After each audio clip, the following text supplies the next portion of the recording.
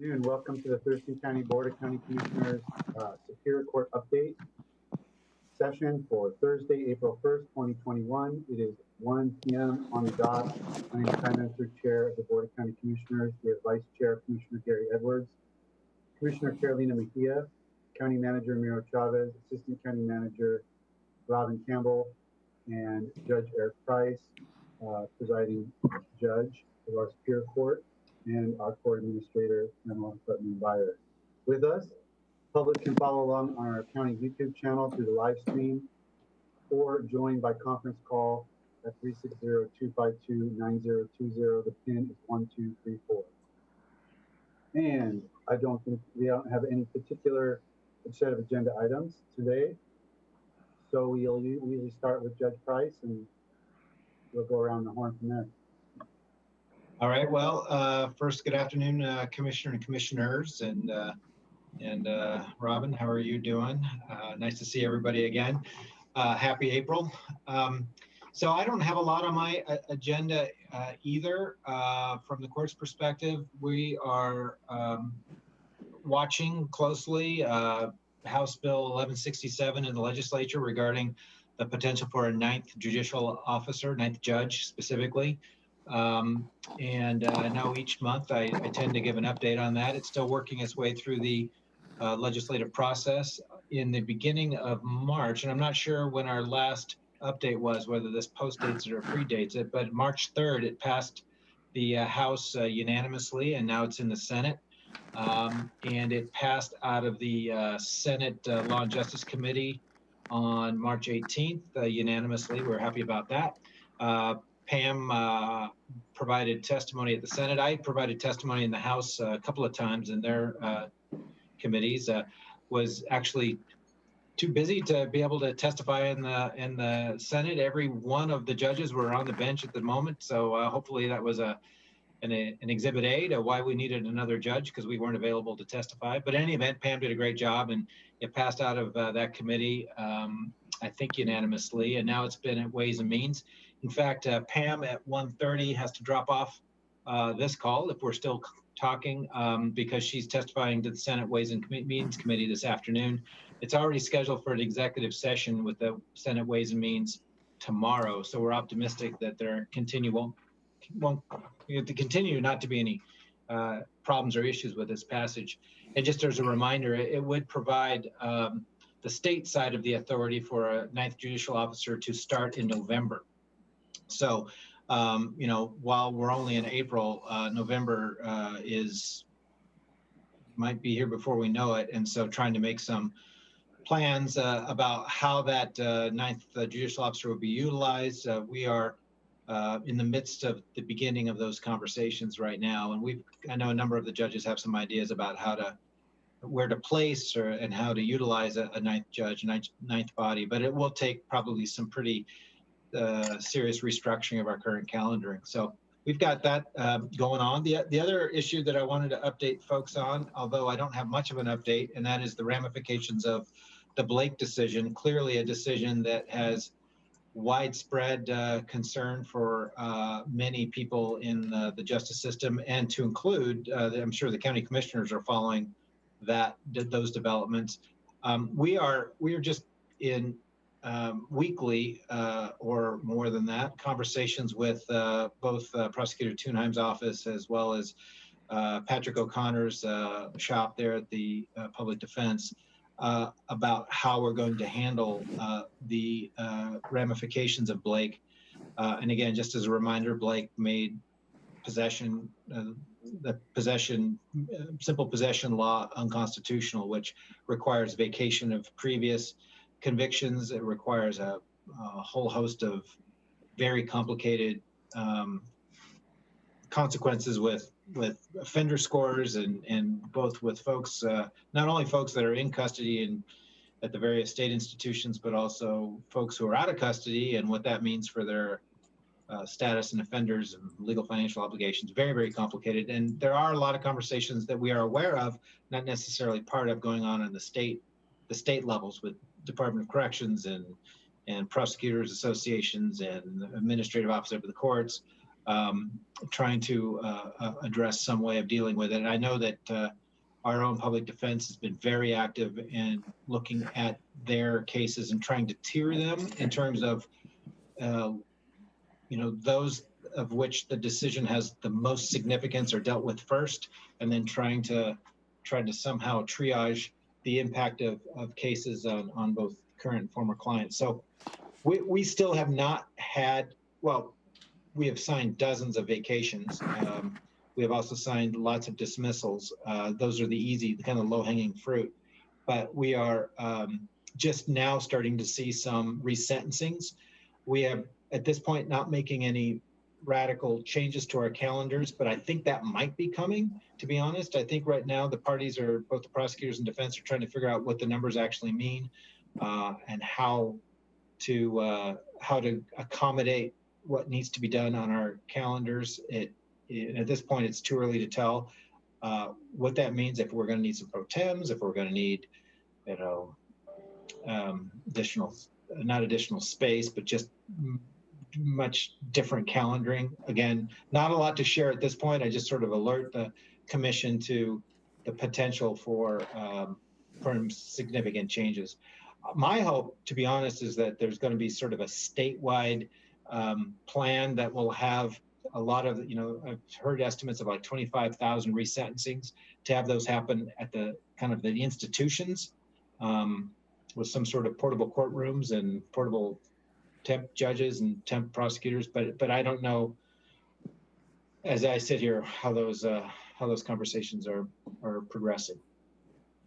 So those are the two issues that are sort of hot in our, the front burner type stuff. Pam may have something else or augment that, but I'm more than happy to answer questions on one or both of those issues, or for that matter, anything else that might be going on. Commissioner Mejia, anything on those two topics? Not in regards to those two topics, but I have, how is the mural at FJC coming along? I'll have Pam field that one. Yeah. So I believe Alexis is almost done with the mural. She says every time she comes, she wants to add something else to it. So last time I saw, she was finishing off the ferns, and she said if she doesn't call it quits at some point, she'll be working on it forever. I think she's really put her heart and soul into it, and she's donated her time to do this for us. So we expect it will be done here shortly. And then our trauma work group at Family and Juvenile Court will be putting together kind of an unveiling of the space, and we'll make sure we're doing that safely with public health and social services following their guidelines. So we'll keep you informed of that date. Thank you. And again, the overall idea with that project, not only to beautify the courthouse, but also just to make a more trauma-informed space for the litigants that are coming to Family Juvenile Court, and the heavy amount of trauma that they're experiencing, and particularly the young people that are involved in those cases, to just try to warm things up and make the courthouse a little less scary. Can you remind me which tribe the artist is affiliated with? She's actually not affiliated with a tribe, but she worked with, I'm going to say the name wrong, and the Makah tribe, Makah. She worked with a Makah artist, and he did a well and a sun. And so there's tribal art incorporated into her mural, and she used his design. Okay, Commissioner Edwards on court topic. Yes. The judge mentioned offender scores and guidelines and how that might tie in. How about, I don't know, things like compensation and who pays and voting rights and gun rights and all of those collateral issues, I guess, the best way to put it. Are you also in the middle of discussions with all of that type of stuff, and how far it goes, and who incurs the cost of getting one's voting rights back, or whatever it is? Well, there are discussions about the ramifications of changing people's criminal histories, and that's really what it does. I mean, bottom line, it changes everybody's criminal history. It removes convictions and it also has, I don't want to get too much in the weeds, but things like washouts, which changes criminal histories, and sometimes dramatically. Sometimes it's more than just pulling off a possession charge. Sometimes an entire string of criminal history actually is no longer effective for a defender score, for example, into someone's sentencing. So there can be some radical changes to people's criminal histories and sentencing ranges. In terms of the specific consequences you're talking about, like voting rights and financial obligations, I think people are working at that. I wouldn't say that we at the Superior Court are currently sort of going through files and looking to see if you know, how we whether we're going to on our own, you know, sua sponte, as they say, on our own, sort of reinstitute the voting rights and gun rights for folks. But I do know that the public defense has a mailbox, I think, set up, and I would encourage anybody who's watching this who thinks that this decision might affect their case to get in touch with the Office of Public Defense, because I think they are setting up to sort of field those kind of inquiries, and it's a daunting project for them. And just talking with Mr. O'Connor and folks in his shop, they are pouring a ton of hours into this issue to try to not. And again, there's some low-hanging fruit, like people accused of a simple possession that needs to be dismissed. That's been done for the most part, but then peeling back the onion on all of these things is going to be a tremendous amount of work. And I wouldn't say right now it's sitting in the lap of the court, but it is directly sitting in the lap of the two offices, the prosecutor's office and the public defense. What is going to be sitting in the court's lap, though, is coming, and that is, okay, now we've figured out what needs to happen. We've articulated, you know, what's going to be something we can do by agreement, identified those that are going to be disagreed. How do we get in front of the court? How do we get those matters in front of the court? And since we don't really even, as I sit here, I can't give you an understanding of what that load looks like. Is that going to be 50 cases a week, or is it going to be 5 cases a week for the next 8 months? I don't know, and I don't think the offices at this point know that either. And another thing is, you've got 39 counties that have this issue, 39 counties with tens of thousands of defendants. How is Department of Corrections going to manage this at their end? Even if we are able to have remote hearings for some of these resentencings, how do you practically manage that when King County, no doubt, has far more defendants than Thurston, and we have far more than Skamania? How does that happen at the various state institutions? You obviously don't want to be transporting 25,000 folks. That's going to, you know, take several years to address. So, you know, all good questions, Commissioner. I wish I had better answers for you. I can just tell you there's a lot of really smart people who are sitting in rooms talking about it, and at this point, I'm not sure there's answers. Have you followed any of the legislation, and does any of it rectify some of these issues that you might have to deal with? Or is it all start anew when they pass the new legislation? Well, I think you can probably put I am familiar with some of the legislation. I would not at all sit here and call myself an expert of the legislation on Blake that's out there. There's a ton that's being discussed. I would put them in 2 camps. One is doing something about the issue of possession. You know, so there's several approaches to possession. I know the parties have different ideas about how they want to approach possession. There's one, you know, bill that simply makes it, you know, pulls out the unknowing aspect of the previous law. And again, not to tell you what you don't already know, but what was found it was found unconstitutional because unwitting possession was illegal. So one way to address that is just make it knowing. You know, if you have knowing possession, that's now a crime.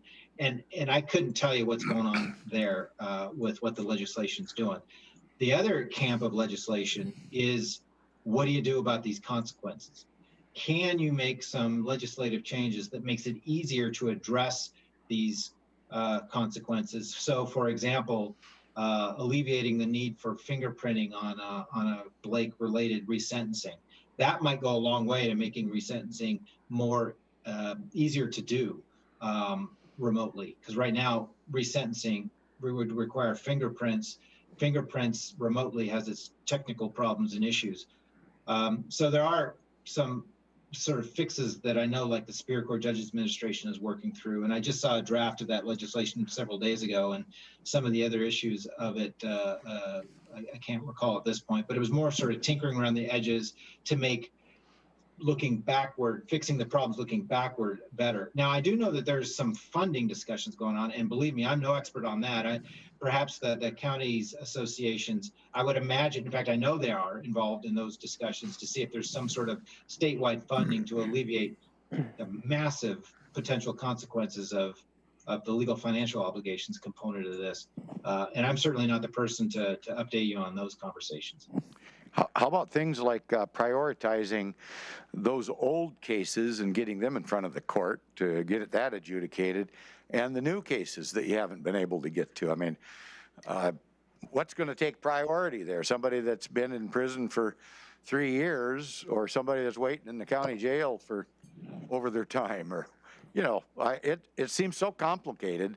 And then the cost, like if they go to Patrick, if somebody goes to Patrick and he's end up representing him, he goes over budget, then that goes to us. Does that go back to the state? I guess they're covering all of that. Is that what you're saying? Everything's being covered? Well, covered might be an optimistic word. Being discussed, it would be a word I would use. It's one of those things where I think as we were reeling from the pandemic backlog, and we still are reeling from it, and will be reeling from it, I guess this is one of those, whatever you do, don't say to yourself or out loud, boy, this couldn't get worse. Because then this happens. And I think that's the timing is awful, to overlay two massive problems in the criminal justice system at the same time. You know, we're just doing the best we can. Yeah, the current proposed budget at the Senate level includes about $10 million to address the Blake decision. Under that version of the Senate, only includes for reimbursement of the impacts to the courts, you know, the judicial officers. The House has a different version, is close to 42 million. And that one, that version in the House includes reimbursement on a grant award basis for the costs beyond the courts, the prosecutors as well as public defense. It may include a portion for LFOs reimbursement. So the next step at the legislature is going to be to reconcile the two versions of the funding. But I'm optimistic that at the end, at least something will come out that will help us mitigate this impact. At the Washington State Association of Counties, we made a determination that perhaps the overall impact will be close to 100 million or thereabouts. So really, anything less than that is going to have an impact to local jurisdictions.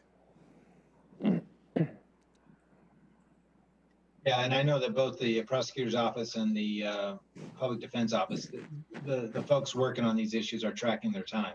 Right. So hopefully if there's, you know, and obviously the commission can talk with them about what they're doing internally, but if there is a way to recoup these costs, certainly we don't want to stand in the way of that. Right, and I appreciate that. That was my request to the prosecutors, well, public defense, and including you, if you can keep track of those costs. And the event we get reimbursed, we're ready to pull the trigger. Yeah, and we'll certainly do that. You know, again, each time we have these discussions with the two offices, we keep talking about, okay, now when is the axe falling in terms of judicial time? It hasn't, to be honest, it hasn't happened yet. And apart from writer's cramp on signing, you know, 300 assignment of counsels, or 300, you know, 150 dismissals, those kind of things. But that it is coming soon. Judge, I'd like to ask you about the ninth judge, and the board is in kind of deep discussions about potential decisions on new space for the county government, and I would like to hear, if we were to do nothing with regard to new space and add a ninth judge, how would you manage that? How would that be managed in terms of, you know, it's not just a judge, there's court business, there's judicial assistant, and I don't know what all is involved, capacity in the clerk's office, court clerks, whatever. I mean, how, we do nothing and we add the ninth judge to the system, how would you deal with that given our current state? Yeah, a good question. I'll turn it somewhat over to Pam. I would say initially, it would be extremely hard if we do nothing for us to make space work. It would be better so long as we have Chandler Court as an option to house a judge, and that's one of the things that we've talked about, a number of options to include maybe one judge going and sitting over there, and I think everybody recognizing how quiet it is over there, or we would be fighting each other for that particular office. But I do think that it would be very, very difficult without more space. But Pam, perhaps you've have more things to say other than difficult. So like Judge Price spoke about before, we are looking at how to manage a ninth judge and what the need would be and how we would make that work. Initially, we thought that an additional judge would allow us to allot 6 main campus judges with time to assist with the criminal trials and criminal calendars, especially because of the backlog, and also to address the guardianship cases with the changes in the RCW Title 11. So that's the way we really thought about the use of the ninth judge, but I know we are going to engage in some stakeholder conversations. As for space, Chandler Court, while we have it, I think is an ideal location.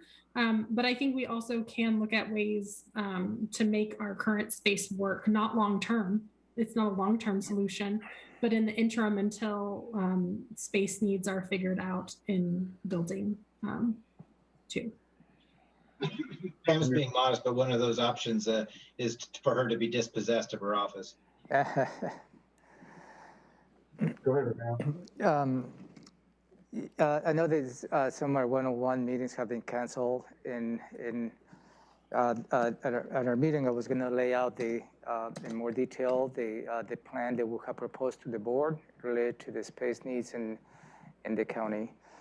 Maybe I can just run it through very quickly as to what these plans are that may be affecting your business. The plan that we have proposed to the county is using a leased space located in 3000 Pacific, where we're going to be moving, the proposal is moving all the functions of building 1 of the courthouse there, including HR from building 4, as well as financial services. And then moving into building 1, the prosecutor's office, both the criminal and civil division, into the 2nd floor of building 1, and moving the clerk's office, as well as pretrial services into the 1st floor of building 1. The result of that is building 2 will be what I labeled in this plan is the Superior Court building. The plan also includes to move public defense to the 2nd floor of building 4 and moving drug court out of the leased space into the 1st floor of building 4. And then also the plan includes moving the sheriff's office, consolidating the sheriff's office, moving the operations from town water, as well as the operations they have here in building 2, moving to building 5 and 6 of this complex. The result of that will be a Law and Justice Center up in the hill. And building 2 again will be District Court building, Superior Court building. And building 3 will be District Court building. And also we have provided the board with a financial strategy as to how we can make this happen. So I will be bringing this item to the board next Tuesday to give a go or no go direction on the plan that we proposed 2 weeks ago.